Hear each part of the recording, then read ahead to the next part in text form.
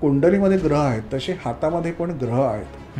ह्याच्यात एक पॉझिटिव्ह गोष्ट अशी असते की ॲस्ट्रॉलॉजीमध्ये जर का तुमचं बर्थ टायमिंग चुकलं तर ग्रहाचे पोझिशन चुकलेलं असतात, परंतु ह्या ठिकाणी आपल्याला समोरच ग्रह दिसत असतात. ॲस्ट्रॉलॉजी आणि पामिस्ट्री ह्यामध्ये अचूक जास्त कुठली विद्या आहे? बर्थ टायमिंग किती लोकांचं परफेक्ट असेल तर मी असं म्हणू शकतो की फार क्वचितांचं बर्थ टायमिंग खरंच बरोबर असेल. करेक्ट. ह्याचं कारण असं की एक तर तुमचं बर्थ झाल्यावरती तुमचं ते घड्याळ बघायला तुमची जवळची व्यक्ती नसते, कोणतरी वेगळंच असतं. त्याला काही फारसा इंटरेस्ट नसतो. मूल जन्माला येतं, त्यानंतर बरेच सोपास्कर असतात, त्यानंतर त्याला साफसफाई झाली, मूल रडवलं, त्याच्यानंतर त्याला आया किंवा नर्स टाईम बघणार अंदाजे टाईम दिला जातो.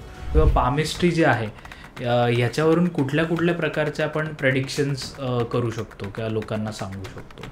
लग्न होणार की नाही हे आपल्याला दिसतं. साधारणतः कुठल्या वयाला लग्न होणार हे आपल्याला दिसतं. लग्न टिकणार की नाही, बरं, म्हणजे सेपरेशन होणार, डिवोर्स होणार का, भांडत एकत्र राहणार का, सुखासमाधान एकत्र राहणार, हे सगळं आपल्याला दिसतं. त्याची आध्यात्मिक त्याची जे प्रगती होणार की नाही, आणि त्याचबरोबर त्याला ॲक्सिडेंट होणार का, त्याचं मेजर ऑपरेशन्स होणार का, त्याला पोटाचे विकार आहेत का, हाडांची दुखणी आहेत का, त्याला मसल पेन आहेत का, इंटरनल ऑर्गन्समध्ये प्रॉब्लेम, हे सगळ्या गोष्टी आपण सांगू शकतो. माझ्याकडे तर रिसेंटली एक कपल आलं होतं आणि त्या माणसाला लकवा मारला होता. माझ्याकडे जेव्हा तो आला तो माणूस अक्षर रडत होता आणि दुर्दैवाने असं झालं की त्या माणसाचा तो चांगला हायली क्वालिफाईड होता, एमफार्म झालेला, त्याची बायको चांगली शिकली होती, पण आज अशी कंडिशन की without job, without any business, तो घरामध्ये अक्षरशः कर्जबाजारी जाऊन घरातल्या सगळ्या वस्तू विकून जगतोय. त्याचा हात बघितल्यावर मला कळलं की ह्याच्या हातामध्ये खूप चांगलं होतं, पण ह्याला ब्लॅक मॅजिक झालेली आहे. त्याला जो लकवा मारला गेला होता त्याच्या कुंडली म्हणजे हाताच्या ह्याच्याप्रमाणे त्याला लकवा मारणं हा प्रकार नसता झाला, परंतु म्हणजे तो ग्रहदोष नव्हता, पण ते ब्लॅक मॅजिकने की त्यांनी घराच्या बाहेर पडूच नाही अशा प्रकारे केलं होतं. मग कोणी केलं हे शोधण्यासाठी डाउजिंग केलं, तर त्याला 4 भाऊ होते आणि त्या 4 भावांनी 4ही भावांची नावं घेतली, तर 3 भावांच्या नावाने निघालं की त्यांनी ब्लॅक मॅजिक केली. बापरे. आपलं भाग्य असं आहे की आपल्या पूर्वजांनी फार ज्याच्यावर संशोधन केलं आणि प्रत्येक ग्रहाचे दोष काढायला काही ना काही मंत्र त्यांनी शोधून काढले. Nothing is impossible. एखाद्या हातामध्ये काही निगेटिव्ह गोष्टी दिसत असतात ना, आणि त्यावेळी ते योग पण दिसत नसतात, परंतु मंत्राच्या साह्याने आणि प्रॉपर गायडन्समुळे तुम्ही त्या गोष्टी बदलू शकता अप टू सर्टन डिग्री.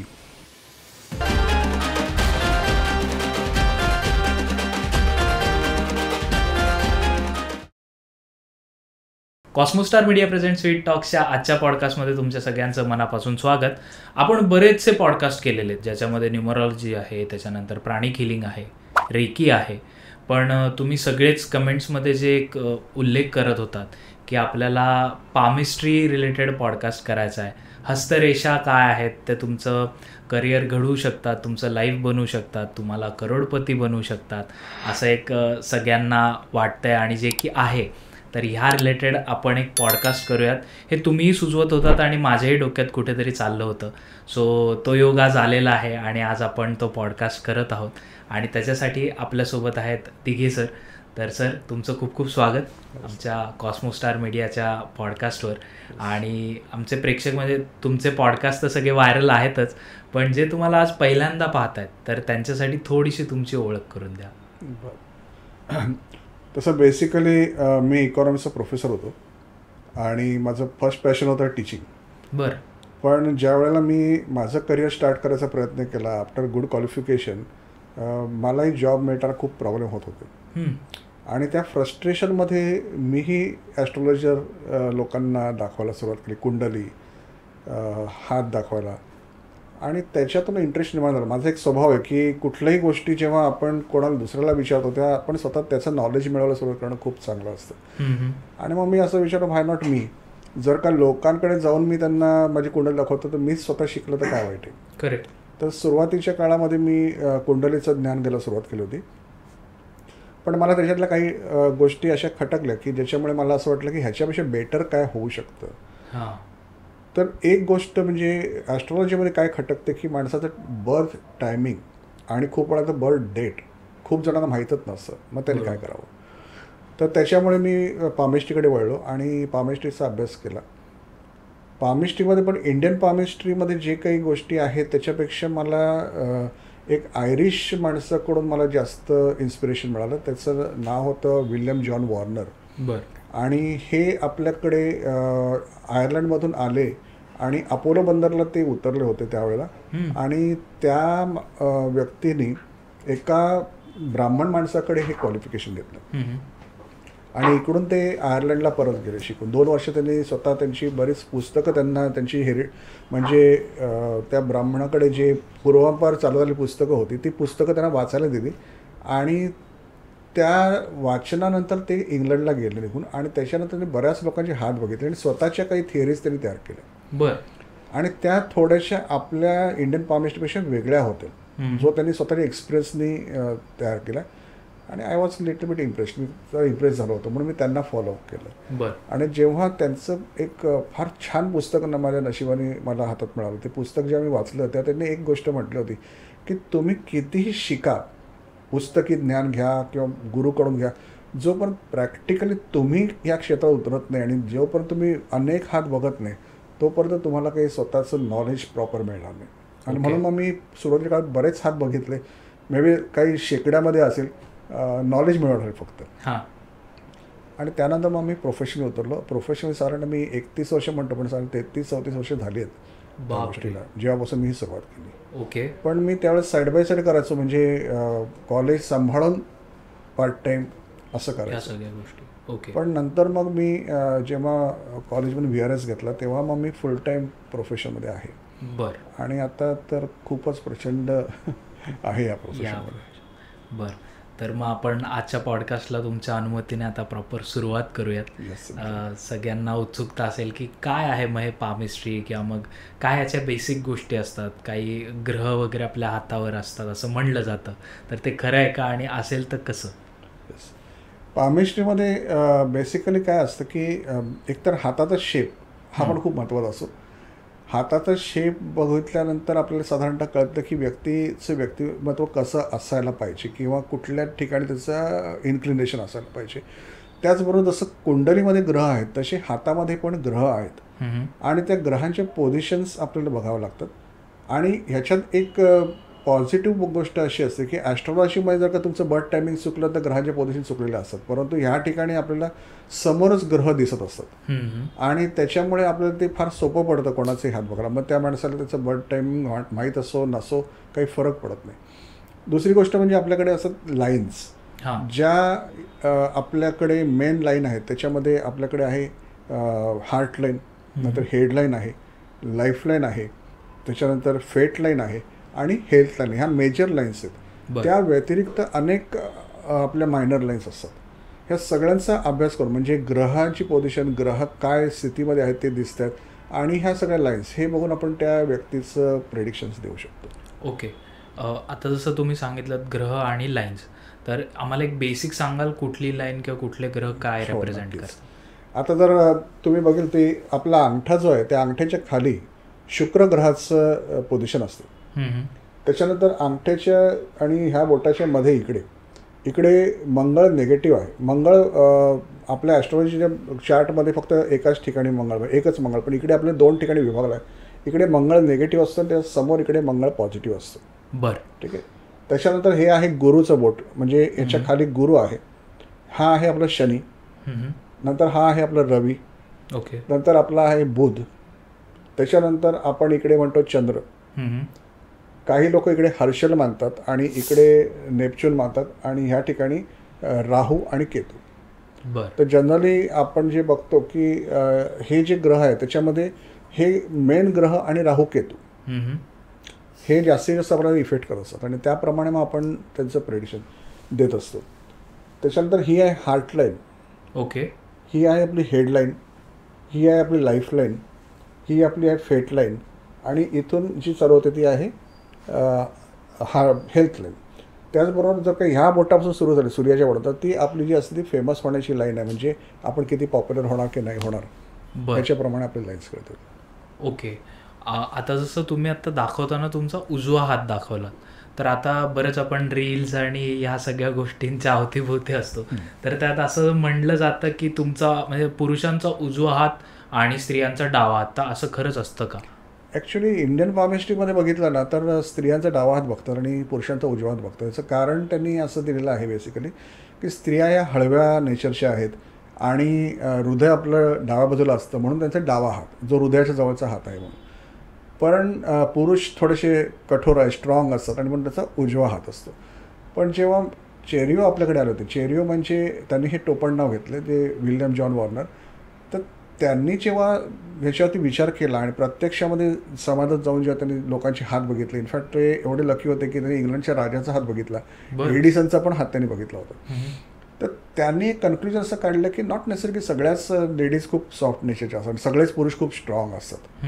मग ह्या दोन हातामध्ये काय फरक असायला पाहिजे. तर त्यांनी जे ऑब्झर्वेशन केलं त्याच्यामध्ये असं त्यांनी म्हटलं की one hand which your born, एक हात जो आहे तो जन्मजात तुम्ही जे मागच्या जन्मात कर्म केली ते कर्माचं प्रारब्ध घेऊन तुम्ही ह्या जन्मामध्ये आला.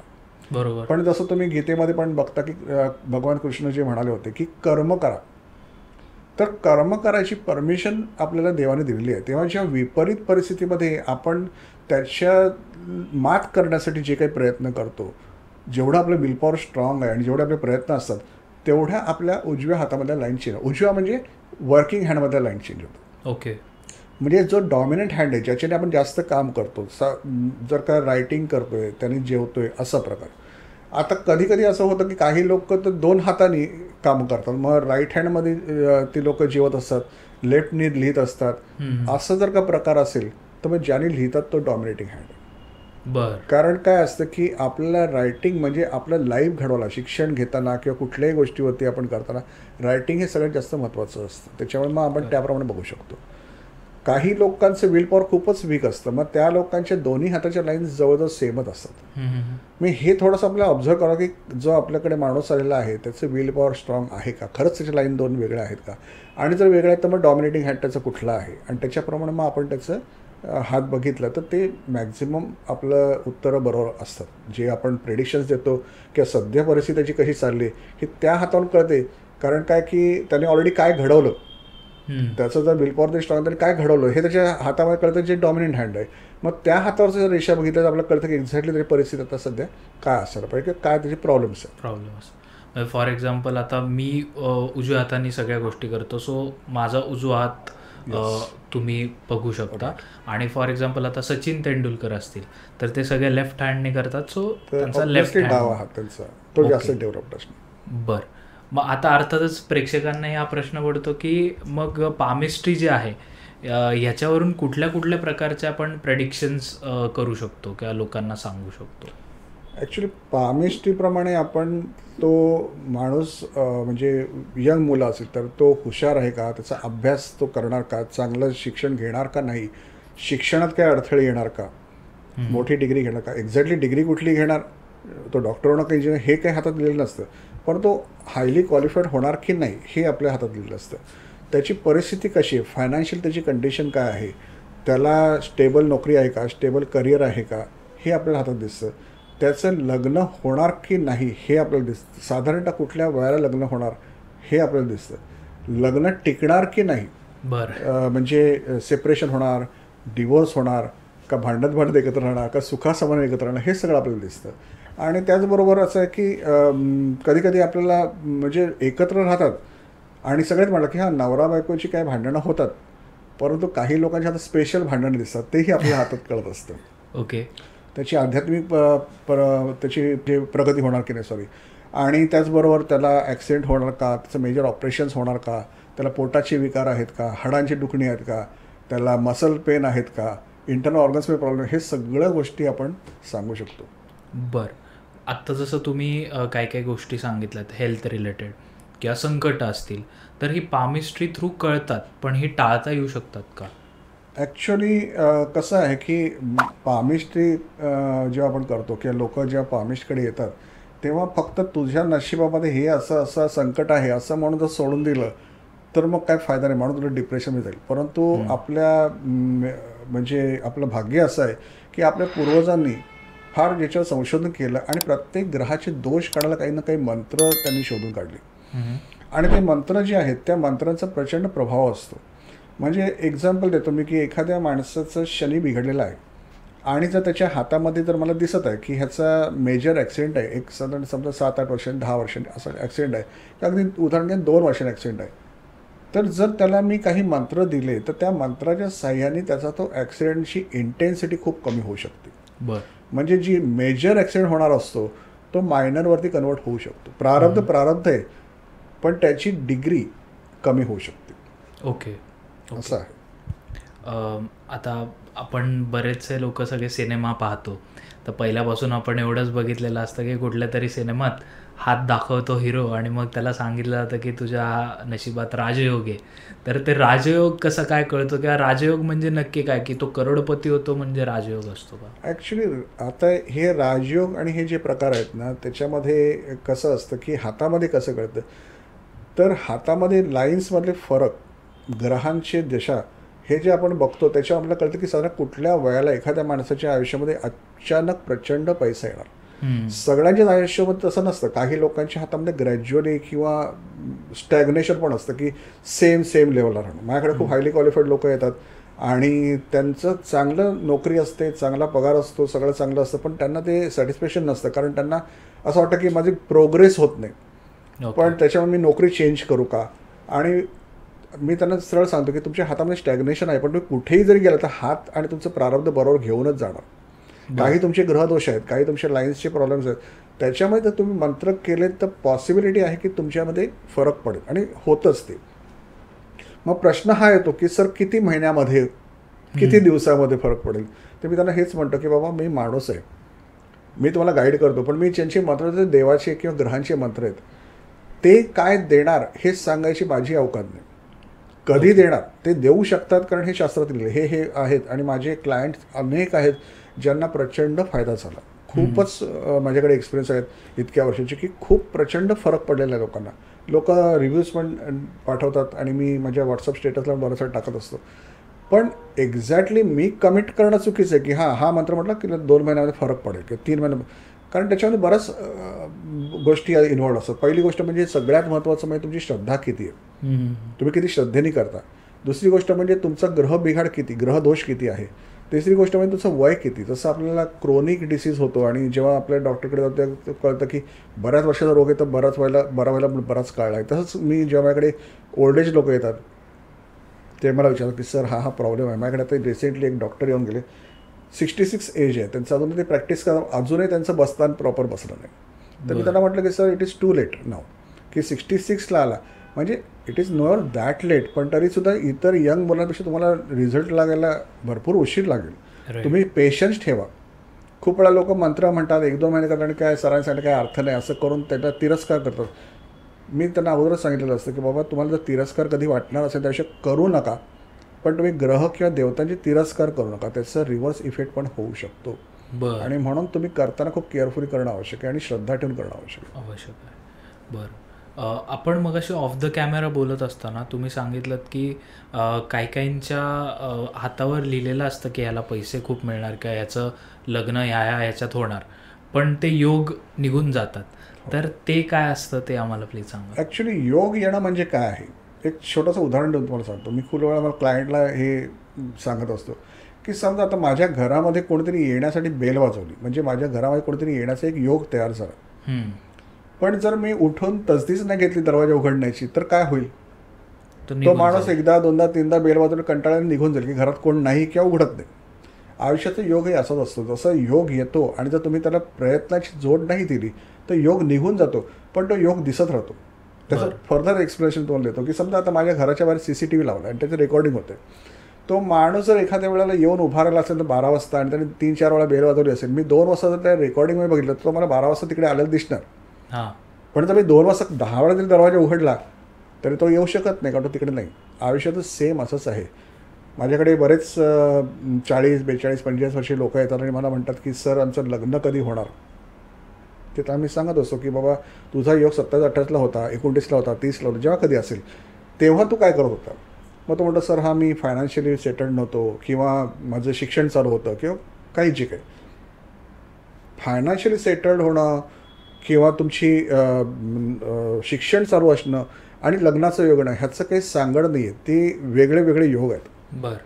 तर तुम्ही त्या योगामध्ये जर का कुठल्याही कारणामुळे जर का तिकडे प्रयत्न करू शकला नाही तर तो योग निघून जातो, पण तो लाईफ लॉंग दिसत राहतो हातामध्ये.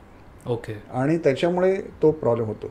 खूप वेळा एखाद्याचं फेट लाईन इतकी स्ट्रॉंग असते, नॉर्मल अभ्यास जर आपण केला असेल आणि जर का आपण त्याचा हात बघितला तर असं आपण प्रेडिक्शन करणार किंवा सांगणार की सध्याच्या परिस्थितीत वेल सेटल्ड आहेस, खूप चांगला पगार आहे की चांगला बिझनेसमध्ये तुला सेटलमेंट असणार आहे, पैसा खूप साठलेला असेल.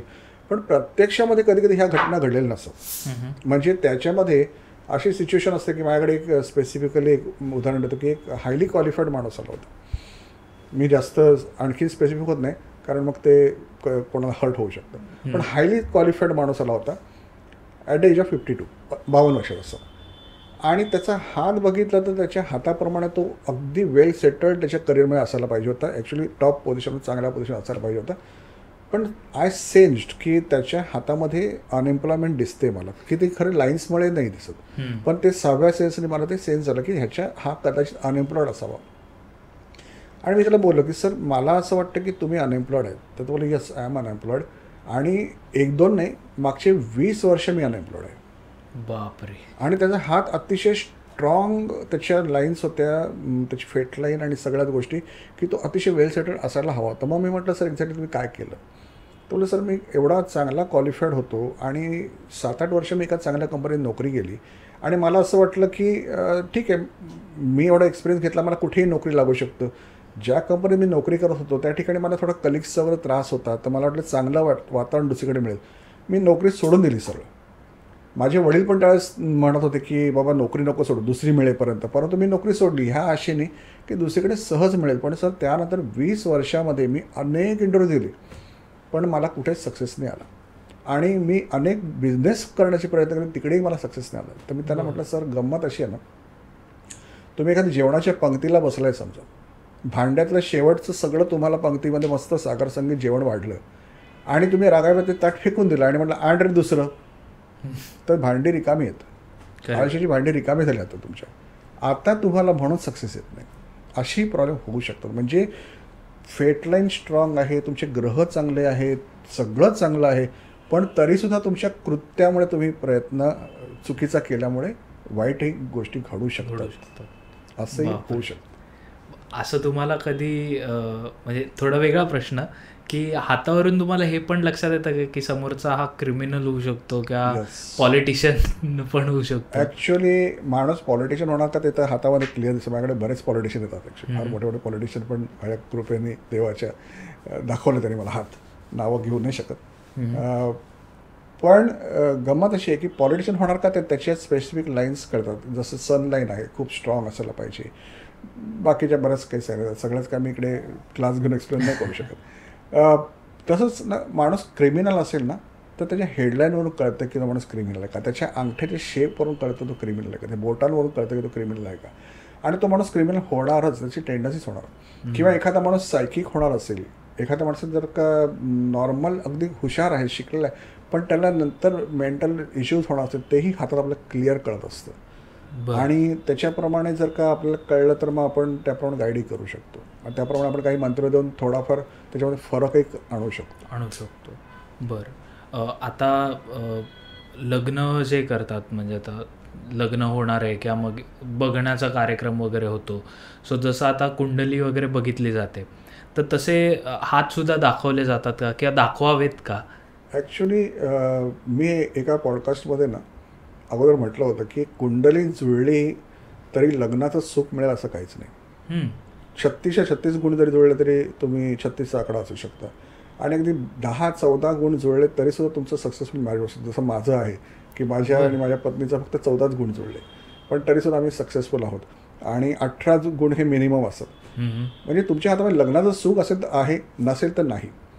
पण काय असतं की हातामध्ये लोक अजून दाखवायला सुरुवात नाही केली, पण ते दाखवलं तर काय असतं की एखाद्या जर का मुलाचं एखाद्या मुलीशी लग्न जमलं, आता तर तो पामिशकडे आला आणि जर का त्याच्या मुलाच्या हातामध्ये जर का समजा असा योग आहे की तो खूप तापट आहे, म्हणजे त्याचा स्वभावच खूप तापट आहे, आणि त्याला जर का सेपरेशन योग आहे, आणि त्याला जमलेली जर मुलगी असेल तर ती शांत स्वभावाची नसेल आणि ती पण प्रचंड तापट असेल, तिला जर सेपरेशन योग असेल तर ॲक्च्युअली त्यांच्या आयुष्यामध्ये सेपरेशन योग हा डिव्होर्समध्ये कन्वर्ट होतो. ओके. आणि त्याच्यामुळे आपल्याला हे बघितलं आणि जर जुळवाजुळवी केली तर कधीही आपल्याला रिझल्ट चांगला मिळू शकतो. म्हणजे का आता समजा एखाद्या मुलाकडच्या साईडनी स्वतः मुलाचं घेऊन आले आणि त्या मुलीचा फोटो आणला किंवा मुलीकडच्या साईडनी मुलीला घेऊन आले मुलाचा फोटो आणला तर आपण मॅच करू शकतो दोघांचे हात की बाबा हे ॲक्च्युली कपल एकमेकांना कॉम्प्लिमेंटरी आहे की नाही आहे. ओके. कारण त्याच्या हातामध्ये जर का एखाद्याचे खूप सुख आहे आणि त्याच्या हातामध्ये सेपरेशन पण योग आहे, दुसऱ्याच्याही हातामध्ये सेपरेशन योग आहे, तर तो सुखाच्या ऐवजी दुःखामध्ये जाणार आहे. असेही केस होतात. माझ्याकडे एक व्यक्ती आताच रिसेंटली येऊन गेली आणि 42 वर्षाची होते आणि त्यांचा हात बघितल्यावरती त्याच्यामध्ये सेपरेशन योग क्लिअर दिसत होता. पण जसं मी तुम्हाला मगाशी म्हटलं की काही गोष्टी मला स्वतःला स्फुरतात अचानक. कारण ते 6 मी एक रेखी ग्रँडमास्टर पण आहे, त्याच्यामुळे ते चक्र डेव्हलप्ड असल्यामुळे ते पटकन मला ते लक्षात येतं की हा माणूस कदाचित डिवोर्सी आहे. तर मी त्याला म्हटलं सर तुम्ही डिवोर्सी आहात असं वाटतं. म्हटलं येस सर माझं डिवोर्स झालं आहे. तर म्हटलं सर तुमचा हात बघितला ना तर मला हे दिसतं की तुमच्या हातामध्ये डिवोर्स योग नव्हता खरा, सेपरेशन योग होता नक्की, पण 100% तुम्ही फोर्स करून त्या व्यक्तीला डिवोर्स दिलेला आहे. काय हे फॅक्ट आहे का? तो म्हटलं सर येस ॲक्च्युअली फॅक्ट आहे. आमचं लग्न झालं होतं, इनफॅक्ट लव्ह मॅरेज झालं होतं आणि अतिशय प्रेमात होतो, परंतु आमची काही क्षुल्लक गोष्ट भांडणं झाली आणि त्याचा मी खूप मोठा इगो इश्यू केला. बायको रागाने निघून गेली घरातून, सेपरेट झाली आणि तिला मी जाऊन सॉरी बोललो. सॉरी बोलल्यावरती ती खूप रागात होती. तिने माझी सॉरी ॲक्सेप्ट नाही केलं, माझी ॲपॉलॉजी ॲक्सेप्ट नाही केली. तर त्याचा राग धरून मी वकील गाठला आणि मी डिवोर्सच फोर्स केला. बापरे. आणि ॲक्च्युली आता मी खूप रिपेंट करतोय, पण आता ती वेळ निघून गेली. आता ती माझ्याकडे आयुष्यात परत यायला तयार नाही. म्हणजे काय असतं की जेव्हा सेपरेशन योग आहे ना तो रिवर्ट पण होऊ शकतो खूप वेळा. म्हणजे मी सजेस्ट करतो, काही लोक येतात माझ्याकडे ज्यांचे नवरे सेपरेट झाले असतात किंवा बायको सेपरेट राहत असते आणि ते मला विचारतात सर माझं रिमॅरेज आहे का, आणि त्याच्या हातात रिमॅरेज दिसत पण नसतं. तर मी त्याला खूप वेळा उपदेश करतो की बाबा तुझ्या हातामध्ये सेपरेशन योग आहे, रिव्हर्सिबल आहे, तो करू शकतो. कारण काय तुमच्याकडे तुम्हाला कर्म करण्याची पण मुभा आहे. थोडं बॅकफुटला जा, थोडा इगो बाजूला ठेव, तू जाऊन सॉरी बोल, व्यक्ती कदाचित खुश होईल, परत तुम्ही एकत्र राहा. कारण रिमॅरेज तर नाहीच आहे. मग लाईफमध्ये एकटं राहण्यापेक्षा बेटर आहे की तुम्ही एक बॅकफुटला थोडं याणी करा. ती व्यक्ती जर माझ्याकडे येऊन अशा गोष्टी विचारलं किंवा नवरा बायकोने जर हात दाखवले तर हे गायडन्स मिळू शकतं, तर पुढचा अनर्थ टळू शकतो. अगदी बरोबर. खूप लोकांना काय वाटतं की ठीक आहे ना, मी काय आता हिला सेपरेट राहते, मी हिला डिवोर्स देतो, पुढचं लग्न कर. पण लग्न नसेलच हातामध्ये तर मग काय, बरोबर, मग होणं खूप कठीण. आणि जर समजा योग नाही लग्नाचा आणि फोर्सिबल तुम्ही केलंच तर ते भयंकर कॉम्प्लिकेशन होते पहिल्यापेक्षा जास्त. मग दॅट इज बेटर की पहिल्याच व्यक्तीला ऑलरेडी इट इज सेड ना की non devil is better than unknown devil. तर ज्या व्यक्तीशी भांडण झाली त्याचा नेचर कसा आहे, काय गोष्टीवर आपल्या खटकी होणं हेही कळतं ना, त्याच्यामुळे त्याच्याबरोबर परत ॲडजस्ट करणं कदाचित सोपं पडेल. राईट. आता तुमच्या आयुष्यामध्ये जर का मॅरेजचं खूप मोठं सुख नाही तर जे तुमचा योगच नाही अशा व्यक्तीशी फोर्सिबली लग्न केलं तर जास्त कॉम्प्लिकेशन्स फेस करू शकतो. आणि म्हणून हात जर जुळवले तर तुम्हाला फायदा चांगला होऊ शकतो. त्याच्यानंतर अजून एक असा प्रश्न येतो तो म्हणजे लोन किंवा मग एखाद्याची फसवणूक होते पार्टनरशिप्स किंवा बिझनेसेसमध्ये, हे सुद्धा आपल्याला कळू शकतं. अगदी कळतं. आणि खूप वेळा तर काय असतं की ज्याची फसवणूक ऑलरेडी प्रचंड झालेली असते ना, असा माणूस खूप फ्रस्ट्रेट झाल्यावरती पामेशकडे येतो. परंतु जर तुम्ही यंग एजला, मी त्यांना म्हणतो पण की जर तुम्ही यंग एजला जर का एखाद्या म्हणजे माझ्याकडे असं नाही कोणाकडे ज्याला नॉलेज आहे अशा माणसाकडे ते गेला असतं, त्याचं सांगितलं असतं की बाबा तुझ्या हातामध्ये असं योग आहे की तुला बहुतेक सगळ्यांवर फसवणूक होणार, तर तो थोडा कॉशियस राहिला असता आणि मग त्याची प्रॉब्लेम्स तेवढे झाले नसते. माझ्याकडे एक 69 वर्षाच्या माणसाचा योग आला, म्हणजे ते बघायला आले होते आणि त्या माणसाचा हात बघितला. मी त्याला म्हटलं की सर तुम्हाला आयुष्यामध्ये ना प्रचंड फसवणूक झाली असणार फायनान्शियली, म्हणजे एवढं फसवणूक झाली असेल ना की तुम्ही ते सहन नसेल करू शकत. तर ते बोलले की सर तुम्हाला काय सांगू, मी माझ्या एका मित्राला त्याच्या अतिशय मोठ्या कर्जासाठी मी त्याला गॅरेंटर राहिलो होतो आणि मित्र फरार झाला आणि ते अख्खं लोन बँकेने माझ्याकडून वसूल करण्यासाठी माझं घर जप्त केलं. एक मजली घर होतं ते जप्त केलं.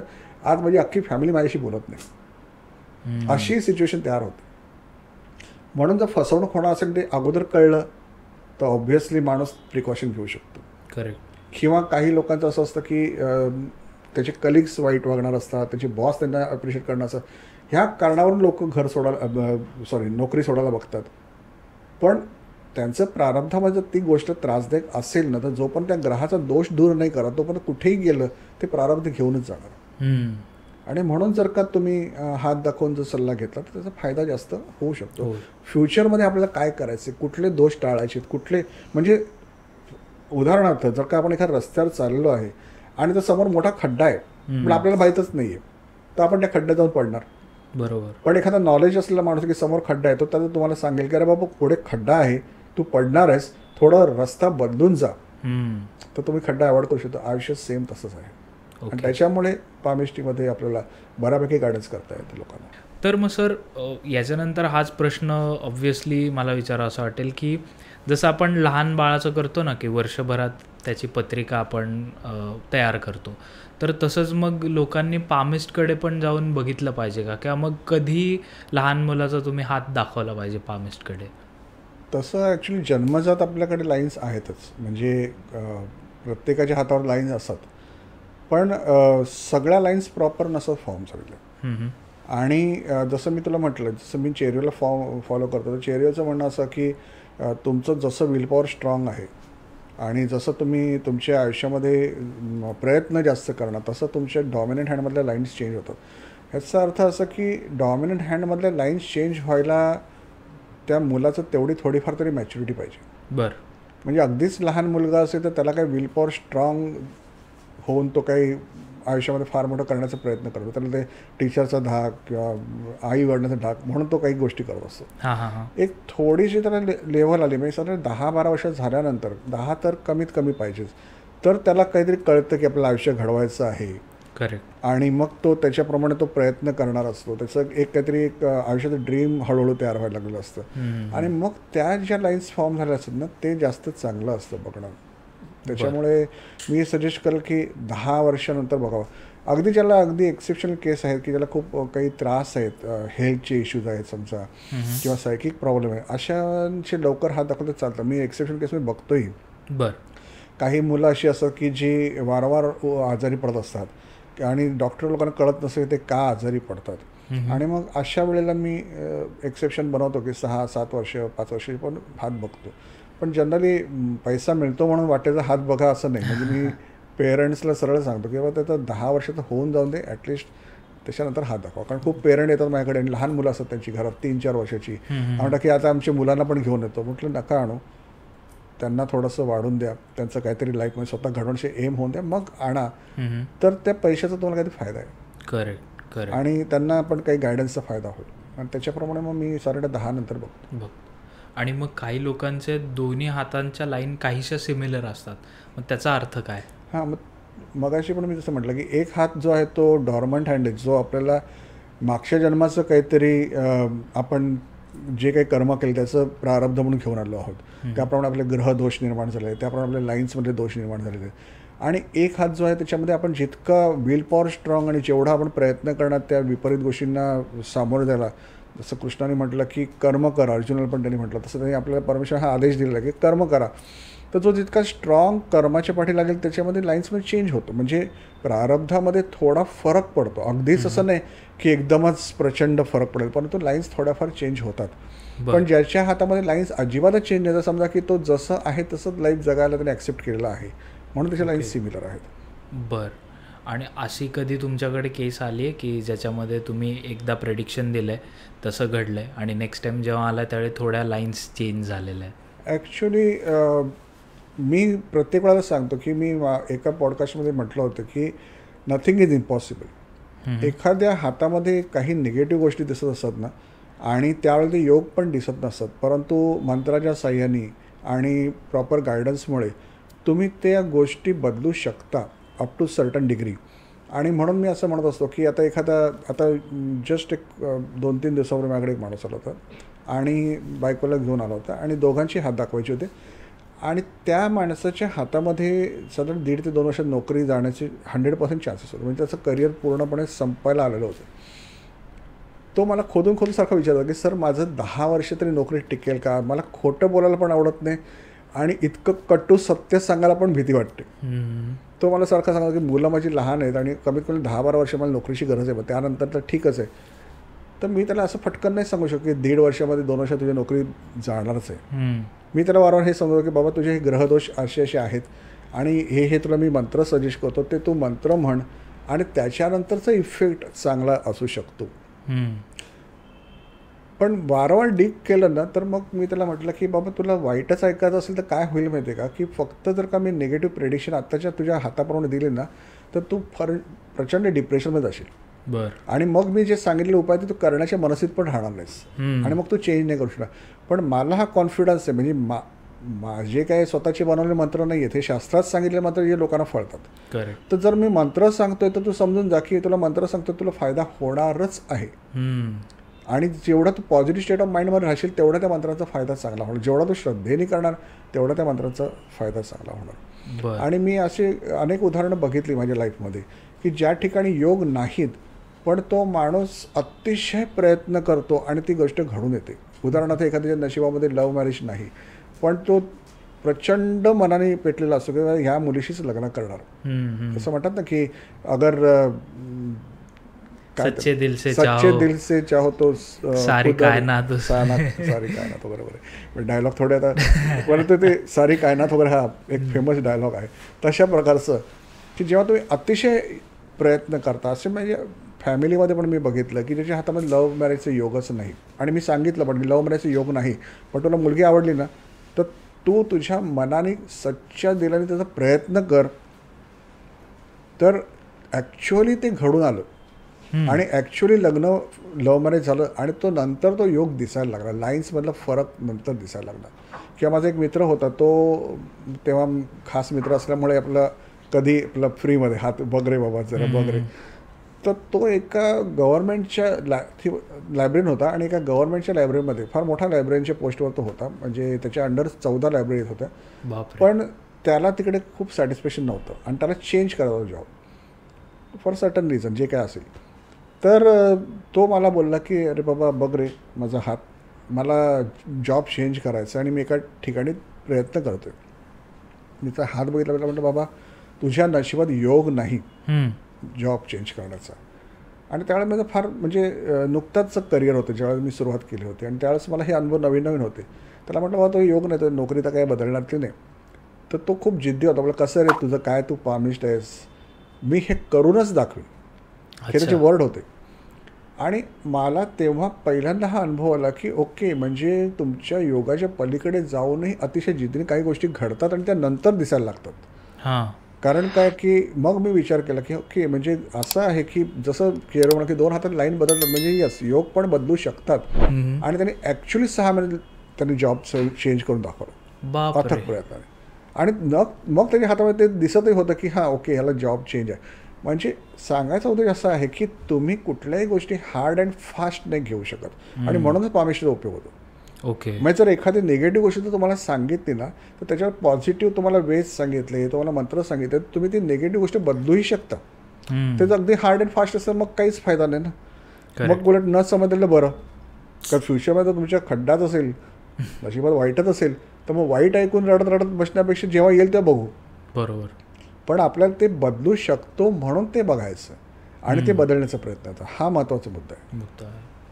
आता तुम्ही सर एवढं मस्त सांगताय असं वाटतंय की आपण आपल्याच म्हणजे रिलेट होत आहेत सगळ्या गोष्टी.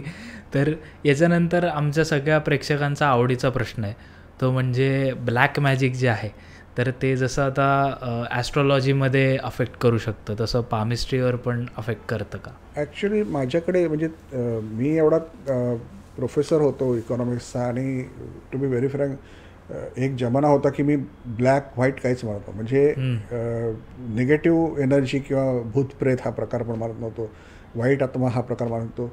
आणि मी असं म्हणायचं की माणूस मेला संपलं आयुष्य. आणि देवालाही खूप नव्हतं मानत ॲक्च्युली. पण मला नंतर काही असे अनुभव आले आणि मला असं वाटलं की नाही आपल्याला देवाकडे आपल्याला विश्वास ठेवून केलं पाहिजे. आणि मी करत गेलो आणि जसं तुम्ही देवाचं जेवढं करताना तसं तुम्ही अट्रॅक्ट होत जाता. आता ह्या क्षेत्रात जेव्हा मी आलो त्यावेळेस मला कन्फर्म कळलेलं होतं की निगेटिव्हिटी हा प्रकार प्रचंड आहे आणि वाईट आत्म्यांचा त्रास होतो, निगेटिव्ह आत्म्यांचा त्रास होतो. पण निगेटिव्ह आत्म्यांचा त्रास म्हणजे शरीराशिवायच्याच निगेटिव्ह आत्म्यांचा त्रास नाही. तर शरीरात असलेल्या पण निगेटिव्ह आत्म्याचा त्रास होतो. म्हणजे जर का एखादा माणूस प्रचंड जेलस असेल तुमच्यावरती, हां. तर त्याचीही निगेटिव्हिटी तुम्हाला लागते. जेव्हा आपण रेकी करतो, मी रेकीचं ग्रँडमास्टर आहे, तर रेकीमध्ये आम्हाला काय असतं की निगेटिव्ह आणि पॉझिटिव्ह एनर्जी एवढ्या 2च गोष्टी आहेत. एक माणूस आहे आणि त्याच्या मनात प्रचंड जर का द्वेष आहे दुसऱ्याबद्दल, दुसऱ्याचं वाईट करण्याची इच्छा आहे, तर तो तेवढंच वाईट करणार जो एक आत्मा शरीराशिवायचं आहे तुमचं वाईट करणार. आणि त्याच्यामुळे ह्या दोन्ही गोष्टी असतात. पण माझ्याकडे अशी अनेक लोक आहेत ज्यांना शरीराशिवायच्या वाईट एनर्जीज त्यांना त्रास देत असतात. ओके. आणि त्या एनर्जीज त्यांचं लाईफ पूर्ण टोटली डिस्ट्रॉय करत असतात. म्हणजे त्यांची फेटलाईन वेगळं सांगत असते, त्यांचे ग्रह वेगळे सांगत असतात, पण ह्या ब्लॅक एनर्जीनी त्यांना प्रचंड त्रास होत असतो. माझ्याकडे तर रिसेंटली एक कपल आलं होतं आणि त्या माणसाला लखवा मारला होता आणि अक्षरशः म्हणजे बरबादीच्या बरबादच झाले होते लोक. माझ्याकडे जेव्हा तो आला तो माणूस अक्षर रडत होता आणि दुर्दैवाने असं झालं की त्या माणसाचा तो चांगला हायली क्वालिफाईड होता, एमफार्म झालेला, त्याची बायको चांगली शिकली होती, पण आज अशी कंडिशन की without job, without any business, तो घरामध्ये अक्षरशः कर्जबाजारी जाऊन घरातल्या सगळ्या वस्तू विकून विकून जगतोय. त्याचा हात बघितल्यावर मला कळलं की ह्याच्या हातामध्ये खूप चांगलं होतं, पण ह्याला ब्लॅक मॅजिक झालेली आहे. आणि मग मी त्या ठिकाणी ब्लॅक मॅजिकबद्दल बघितलं, पण त्याच्या हाताप्रमाणे कळतं. त्याच्यानंतर मी डाउझिंग करतो, त्या डाउझिंगवरून मी कन्फर्म केलं ब्लॅक मॅजिक आहे. मग कोणी केलं हे शोधण्यासाठी डाउझिंग केलं. म्हणजे कसं शोधू शकतो आपण की जर त्याला माहीत असेल, संशय असेल की कोणी केलं, तर त्यांची नावं घेऊन आपण डाउझिंग करू शकतो की हा आहे का, तो आहे का. तर त्याला 4 भाऊ होते आणि त्या 4 भावांना 4ही भावांची नावं घेतली, तर 3 भावांच्या नावानं निघालं की त्यांनी ब्लॅक मॅजिक केली. बापरे. आणि त्याला जो लखवा मारला गेला होता त्याच्या कुंडली म्हणजे हाताच्या याच्याप्रमाणे त्याला लखवा मारणं हा प्रकार नसता झाला, परंतु म्हणजे तो ग्रहदोष नव्हता, पण ते ब्लॅक मॅजिकने की त्यांनी घराच्या बाहेर पडूच नाही अशा प्रकारे केलं होतं. तर असे खूप येतात. म्हणजे माझ्याकडे येणाऱ्या क्लायंटमध्ये 30% लोक अशी असतात की ज्यांना काही ना कोणीतरी केलं असतं, फार क्लोज लोकांनी केलेलं असतं. अरे बापरे.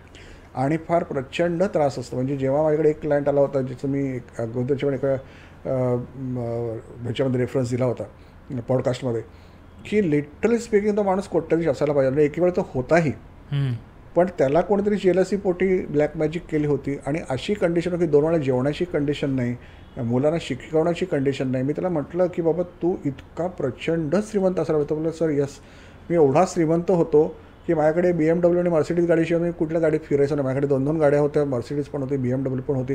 आज अशी कंडिशन माझ्याकडे सायकल पण नाही. आणि त्याच्या फ्युचरमध्ये म्हणजे त्याच्या प्रेडिक्शन्सप्रमाणे जर दिलं असतं तर तसं नसायला पाहिजे होतं, किंवा त्याच्या हाताप्रमाणे प्रेझेंट पण सिच्युएशन नसायला पाहिजे होतं.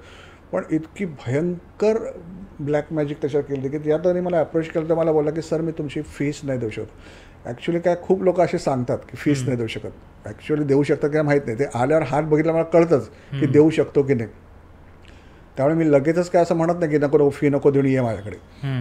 पण तो माणूस जेव्हा आला तेव्हा मला बोलला होता की सर मला तुमची फी जमवावी लागेल, ते पण मला कोणातरी कर्ज काढावं लागेल, तेव्हाच मी तुमच्याकडे येऊ शकतो. आणि तो माणूस कर्ज अक्षरशः घेऊन आला असेल कोणाकडून तरी पैसे घेऊन. आणि जेव्हा तो आला तेव्हा त्याचा हात बघून मला कळलं की काय सिच्युएशन आहे. आणि मग त्याला मी सांगितलं की बाबा तुला मी काही मंत्र देतो, त्याच्यानं तू बाहेर पडण्याचं मार्ग मिळतील तुला नक्कीच, देवाच्या जर तू विश्वास ठेवशील. कारण हे मंत्र जे असतात ना, हे बाबा लोकांकडे जाऊन ते लोक खूप लुटमार करतात, परंतु परमेश्वराचे काही आहेत मंत्र किंवा काही पुस्तकं आहेत, ती जर वाचली तर कुठल्याही प्रकारची ब्लॅक मॅजिक उतरू शकते. हा माझा अनुभव आहे आणि हा माझा विश्वास आहे. त्याला मी फार म्हणजे मी कुठलेच आल्यावरती कोणाला असे महागातले उपाय सांगत नाही. माझी फी थोडी कोणाला हायर पण वाटत असेल, पण आल्यानंतर आणखीन ह्या पूजा त्या पूजा सांगत नाही. मी मंत्रच सांगतो किंवा कुठली पुस्तकं सांगतो आणि त्याप्रमाणे त्याला मी सांगितलं की याच्यात तो बाहेर पडू शकतो. आणि तो खूप खुश झाला. म्हणजे तो एवढा प्रचंड खुश झाला की सर मी तुमची फी देतो. म्हटलं नको राजा, तू एक काम कर, ही एनर्जी एक्सचेंज आहे, ही फ्रीमध्ये नसते करायची, म्हणून तू ₹1 ठेव फक्त देवाच्या पायाशी. आणि त्यांनी ती ₹100 ठेवले की नाही सर मी ॲटलिस्ट ₹100 ठेवतो. आणि ते ₹100 आजही बाजूला ठेवून दिले त्याच्या नावाने. आणि त्याला मी म्हटलं की जेव्हा कधी तुला खूप चांगला आयुष्यात होईल तर परत मला याला कॉन्टॅक्ट कर. म्हणजे अशाही गोष्टी होतात. याच्यानंतर आकस्मिक मृत्यू असतात किंवा हेल्थमधले तुमचे प्रॉब्लेम्स, की फॉर एक्झाम्पल जसं आत्ता तुम्ही सांगितलं की लकवा हे होणं, किंवा कधी कधी मेंटल डिसऑर्डर्स असतात की व्यक्ती वेडाच होऊ शकतो, तर हे सुद्धा त्याच्यातून कळतं. हो, ॲक्च्युली माझ्याकडे ना एक अजून व्यक्ती होती ज्यांनी फोन केला होता. ॲक्च्युली मला मी म्हणजे प्रेक्षकांना जर कधी इंटरेस्ट असेल माझ्याकडे येणं तर एक लक्षात घ्या की व्हॉट्सअप करत जा, फोन घ्यायला वेळ नसतो, नाही तर मी लोकांना हँडल नाही करू शकणार. पण फोन घेतला नेमका माझ्या मिसेसनी आणि त्या माणसाने सांगितलं की मॅडम ना माझ्या बहिणीला प्रचंड असं भूतानी झपाटलं आणि त्याला त्याच्या कुठल्या तरी जे अशा बाबांनी त्याला सांगितलं की 30 भूतानी झपाटलेलं आहे. बापरे. आणि त्यातली सगळी उतरत त्याची 23 भूतं उतरली आणि 7 भूतं राहिलेली आहेत शहरात. तर प्लीज सरांना सांगा की माझ्यावर फोनवर बोला. तर मग मी माझे फावला तर कॉल केला. त्याला म्हटलं की बाबा तुझी बहीण कुठे आहे. तर तो बोलला की माझी बहीण गाणगापूरला मी ठेवली, कारण काय की मला कर्जच एवढं झालं की आणखीन कर्ज काढून मी कुठल्या बाबाला पैसे देऊ शकत नाही. तर शेवटचा उपाय म्हणून गाणगापूरला ठेवलेली आहे. तर मी असं बिलीव्ह करतो की गाणगापूर म्हणजे जिकडे दत्ताचं स्थान आहे त्या ठिकाणी वाईट शक्ती राहणं फार कठीण. बरोबर. जर 2-4 महिने जर का ती स्त्री तिकडे राहत असेल तर तिच्यावरती भूतं असणं मला नाही पटत, कारण का की शेवटी तो परमेश्वराचंच एक रूप आहे. मी त्याला म्हटलं एक काम करतो ना, तुझ्या बहिणीच्या हाताचे फोटो पाठव मला, मी चेक करतो की ॲक्च्युली तिला भूत आहे का आणखीन काय प्रकार. आणि जेव्हा तिने हाताचे फोटो पाठवले तेव्हा ती सायकिक केस होती. आणि मी त्याला सांगितलं की तिचं ना मेंटल डिसऑर्डर आहे आणि त्या मेंटल डिसऑर्डरमध्ये ती अशी विक्षिप्त वागते ना की तुम्हाला वाटतं तिला भूत लागलं. म्हणजे एव्हरी टाईम काय प्रत्येकाला ब्लॅक मॅजिकच असं असं काही नाही. आणि मग त्याला मी सांगितलं की तुम्हाला की सर मी प्रत्यक्षात तिला घेऊन येऊ का. तर म्हटलं नको आणूस, कारण काय की अजून मी हात तुझा फोटोमध्ये बघतोय. ती जर इकडे आली आणि विचित्र वागली तर बाकीच्या क्लायंट जर 1-2 जण म्हणजे अपॉइंटमेंटप्रमाणे असतं पण तरी पण पुढचे क्लायंट येऊन बसलेले असतात तर त्यांना त्रास होईल. त्याच्यामुळे तू हात मी फोटो बघून जे सांगणार तेच तुला प्रत्यक्षात सांगणार. तर तिला तू कुठल्याही प्रकारच्या बाबाकडे नेऊ नकोस. तिला मी काही देवाचे मंत्र काही देवाची पुस्तक सांगतो ते वाचायला सांग आणि त्याच्यातून ती बाहेर पडू शकते. सायकिक केस आहे तिची. ॲट द मोस्ट तुला वाटलं तर सायकॅट्रिस्टला दाखव. पण ह्याच्या पलीकडे जाऊन तू, कारण त्याने ऑलरेडी 8 लाखाचं कर्ज केलं. तर मला सर मी 8 लाखाचं कर्ज केलं फक्त बहिणीच्या हे बाबा लोकांच्या पूजा अर्चा करण्यासाठी. तर असेही लोक गैरफायदा घेऊ शकतात. म्हणून प्रत्येक ठिकाणी ब्लॅक मॅजिक असं करून पण माणसाने उपयोग नाही आणि अगदीच अविश्वास करून पण उपयोग नाही, कारण कधी कधी खरंच त्रास पण असतो. ओके. मगाशी बोलता बोलता तुम्ही एक उल्लेख केला तो म्हणजे डाउजिंगचा. तर हे डाउजिंग म्हणजे नक्की काय. डाउजिंग म्हणजे आपण एक पेंडुलम घेऊन आपण उत्तरं मिळवत असतो. तर डाउजिंग करताना खूप लोक असं म्हणतात की डाउजिंगची उत्तरं बरोबर नाही, परंतु कोण करतं ह्याच्यावर पण महत्त्व आहे. कारण डाउजिंग काय असतं की आपण एका वायरला म्हणा किंवा साखळीला म्हणा एक निर्जीव वस्तू लावत असतो. म्हणजे असं की ब्रासचं पेंडुलम आहे किंवा कुठल्या तरी क्रिस्टलचं पेंडुलम आहे आणि त्या पेंडुलमला आपण प्रश्न विचारतो आणि ते आपलं यस किंवा नोमध्ये उत्तर देतं. तर पहिल्यांदा आपण सुरुवात करताना विचारतो की तुम्हाला यस कसं उत्तर देणार, मग ते हलून दाखवतं आपलं की कसं उत्तर देणार. मग ते नो कसं ते तसं हलून दाखवतो की जर त्याला मी जर आज्ञा केली की तुम्हाला कसं उत्तर दे, राऊंडमध्ये फिरून दे, अँटी क्लॉकवाईज फिरून दे, क्लॉकवाईज फिरून दे, तर त्याप्रमाणे ते उत्तर देत असतं. ते ॲक्च्युली असं म्हटलं गेलं डाउजिंगमध्ये की आपला हायर सेल्फ म्हणजे आपला अंतरात्मा जो आहे, म्हणजे आपलं जे सबकॉन्शियस माइंड आहे त्याच्याने ही उत्तरं मिळतात. आणि आपल्या सबकॉन्शियस माइंडला खरंच सगळंच कळत असतं. आपल्या कॉन्शियस माइंडला सगळ्या गोष्टी कळत नाही, पण सबकॉन्शियस माइंडला कळत असतात. आणि त्याच्यामुळे डाउजिंगमध्ये आपण बऱ्याच गोष्टीचा उलगडा करू शकतो. म्हणजे माझ्याकडे जेवढे लोक येतात ज्यांना ब्लॅक मॅजिक लागली असा संशय असतो आणि त्यांना पर्टिक्युलर व्यक्तीवर संशय असतो, त्यांना मी डाउजिंग करून क्लॅरिफिकेशन घेतो. कारण मी ॲज अ रेकी ग्रँडमास्टर त्यांच्या हाताची एनर्जी चेक करून मला कळतं की त्याला ब्लॅक मॅजिक झाली का. पण मग त्याला रिकन्फर्मेशनला मी डाउजिंग वापरतो आणि त्याच्यामध्ये मग ते कन्फर्म करतं. किंवा एखाद्या वेळेला खूप असं असतं की ह्या व्यक्तीने केलंच आहे असं समोरची व्यक्ती कॉन्फिडन्स आहे, पण डाउजिंग सांगते की तसं नाही आहे, त्याने नाही केलं, किंवा ब्लॅक मॅजिकच नाही हे पण डाउजिंग सांगू शकतं. पण ते डाउजिंग कोण करतं, म्हणजे डाउजिंग करणाऱ्या माणसाच्या एक्सपर्टाईजवरती पण अवलंबून आहे की ते किती सक्सेसफुली तुम्ही सांगू शकता. असं आहे. असं आता एक मला कॉन्ट्रोवर्शियल प्रश्न विचारा असं वाटेल की ॲस्ट्रॉलॉजी आणि पामिस्ट्री ह्यामध्ये अचूक जास्त कुठली विद्या आहे. बघ ॲस्ट्रॉलॉजी काही कमी नाही, कमी माणसामध्ये.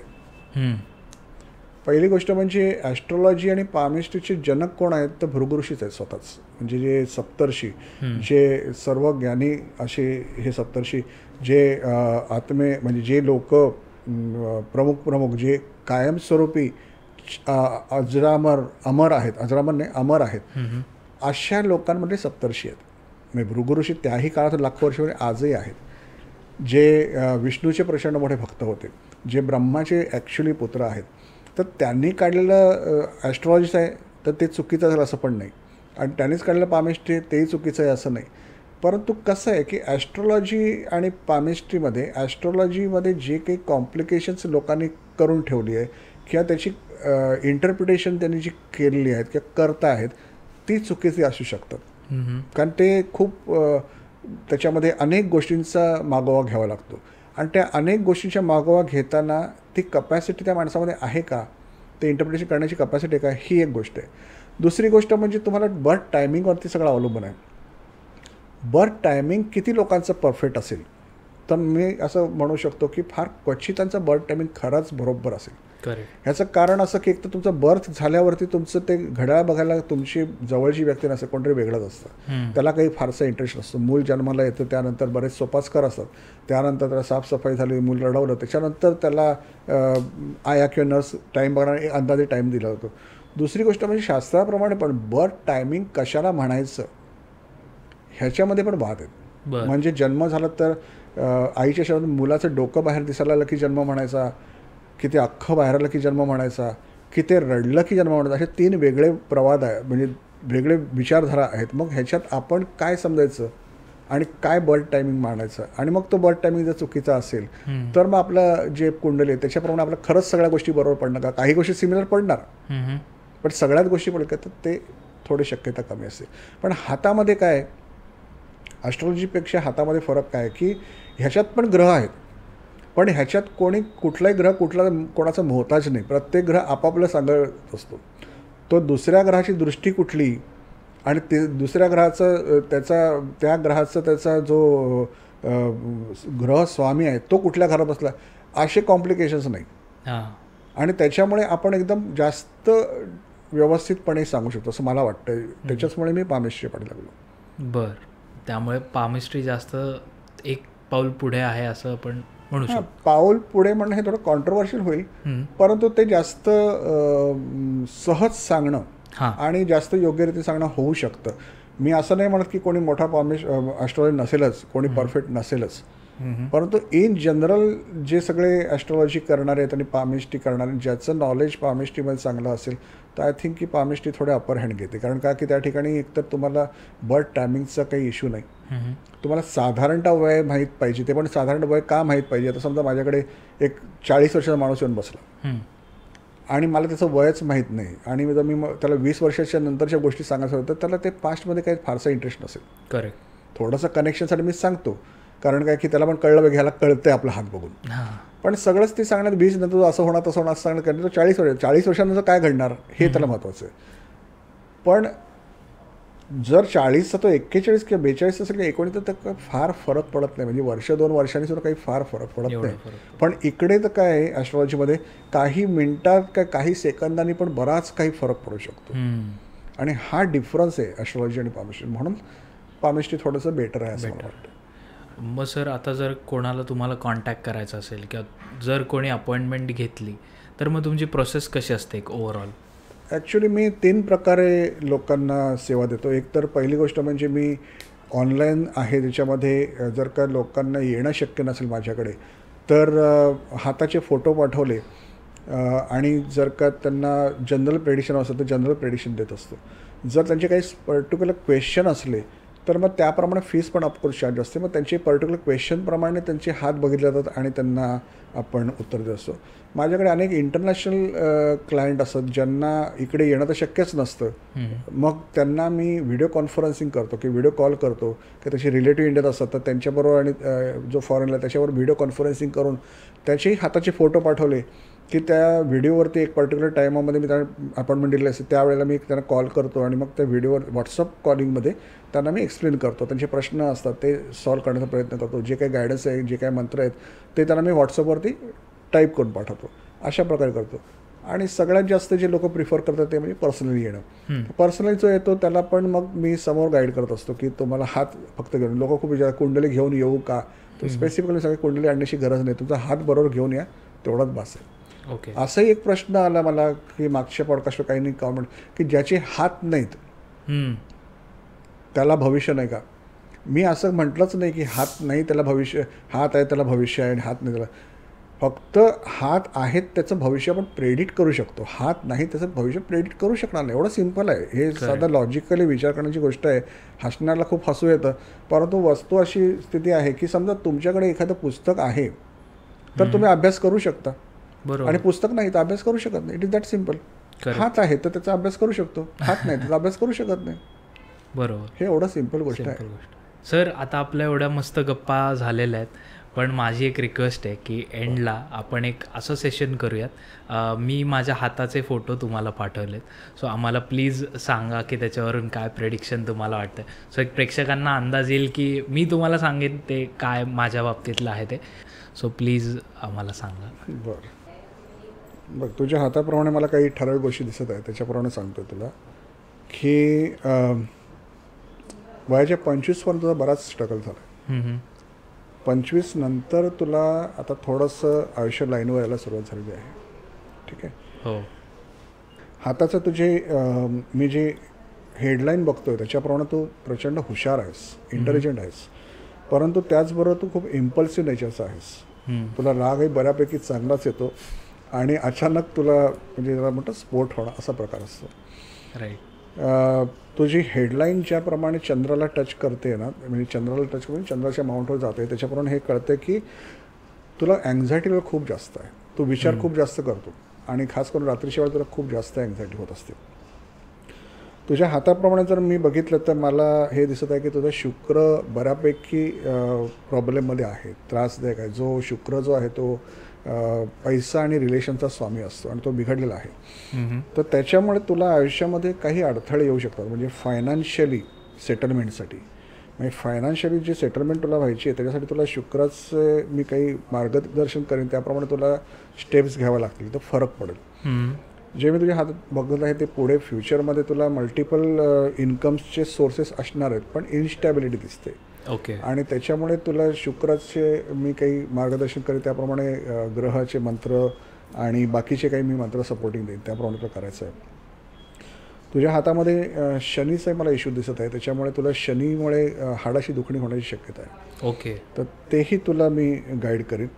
आणि चंद्राचा जसा इश्यू आहे की मनावरती त्याचा चंद्राचा प्रभाव असतो, तो तुला जो आहे तो त्रास देणार आहे, तो करून तुला मी गाईड करेन. ओके. फ्युचर तुझं तसं खूप चांगलं आहे आणि मला असं दिसतं की तू फॉरेनला सेटल होऊ शकतोस.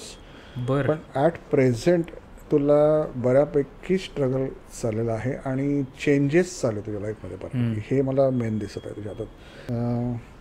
हेल्थ वाईज तुझं ओके असणार, पण तुला पोटाचे विकार आणि काही ऑपरेशनची संभावना आहे झालं आहे. तर त्या गोष्टी ज्या आहेत त्याच्यासाठी पण मी तुला काही मंत्र की ह्याच्या फ्युचरमध्ये ह्याच्यापासून तुला फायदा व्हावा म्हणून. तुझ्या हातामध्ये मला असं दिसतं की तुझ्या बोटाप्रमाणे थोडंसं एक कलाकाराचा हात आहे तुझा. अच्छा. हां. आणि काही ना काहीतरी चांगली कला, मग ती कला काही असू शकते, ती तुझ्यात असणं शक्यता जास्त आहे आणि त्याची आवड पण असावी असं दिसतं. ओव्हरऑल फ्युचर छान आहे. थोडा स्ट्रॉंग म्हणजे कसं की ओपिनियसली स्ट्रॉंग असलेला आहेस तू. हो. सहजासहजी दुसरं सांगेल तसं ऐकणार असं तुझा स्वभाव नाही. आणि त्याला तुला जे वाटतं त्याप्रमाणे तू फर्म राहतो त्या गोष्टीमध्ये. लग्न झाल्यावरती सुद्धा तुझ्या मताला खूप तू ठाम असणार आहेस आणि त्याच्यामुळे काही थोडेसे लग्नामध्ये खटके उडण्याची शक्यता आहे. पण अदरवाईज लग्न तुझं जर झालं तर तू तसा प्रेमळ आहेस आणि चांगलं निभावू शकतो लग्न, त्याच्यामुळे असे मेजर इश्यू काही नसतील असं दिसतं मला. बापरे, म्हणजे आता मी जास्त काही बोलणार नाही. माझे जे जवळचे लोक हा पॉडकास्ट बघत असतील ते तर ॲक्युरेटली सांगू शकतात की हे तुम्ही जे सांगितलं हे प्रेडिक्शन अगदी बरोबर आहे आणि जेवढ्या मायन्यूट गोष्टी तुम्ही सांगितल्या त्याही अगदी बरोबर आहेत. So thank you sir.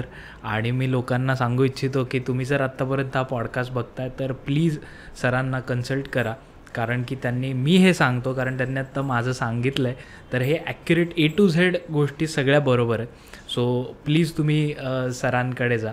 आणि सर, आता आपला पॉडकास्टचा शेवट आलेला आहे. सो मी प्रेक्षकांना हेच सांगेन की सरांचा नंबर, सरांचं इंस्टाग्राम हँडल, यूट्यूब चॅनल, जेवढे काही सोशल मीडियाच्या लिंक्स आहेत त्या डिस्क्रिप्शनमध्ये दिलेल्या आहेत. सो तुम्ही त्याच्यावर कॉन्टॅक्ट करू शकता. आणि तुमची अपॉइंटमेंट किंवा तुमचं कन्सल्टेशन लवकरात लवकर तुम्ही बुक करा. सर जाता आता तुम्हाला काही सांगावं असं वाटेल?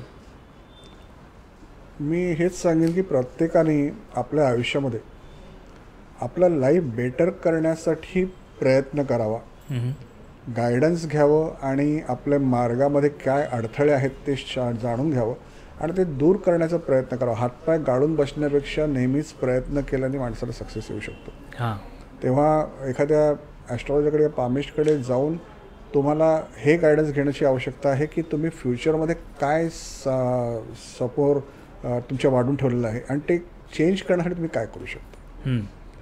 आणि मी एक गोष्ट सांगेन की in the life there is nothing impossible. Correct. तुम्ही फक्त त्याला योग्य रीतीने प्रयत्न केलात, मग ते मंत्र असून दे, काही साधना असून देत, तुमचे काही योग्य प्रयत्न असून देत, तुमच्या वागण्यातले बदल असून देत, तर नक्कीच तुमचं लाईफ तुम्ही खूप चांगलं बनवू शकता. वा. तर मी परत एकदा प्रेक्षकांना सांगू इच्छितो की प्लीज तुम्ही आत्तापर्यंत हा पॉडकास्ट पाहिला असेल तर पॉडकास्टलासुद्धा लाईक करा, सबस्क्राईब करा आणि शेअर करा जास्तीत जास्त. सर जाता आता आमचं स्वीट टॉकचं रिच्युअल असतं की आम्ही पॉडकास्ट एंड करताना फिस्ट बंपने पॉडकास्ट एंड करतो आणि श्री स्वामी समर्थ म्हणतो. आता आपण डिस्टन्सवर बसलेलो आहोत त्यामुळे आपण एअर फिस्ट बंप करूयात आणि श्री स्वामी समर्थ म्हणूया. श्री स्वामी समर्थ. श्री स्वामी समर्थ. श्री स्वामी समर्थ. धन्यवाद.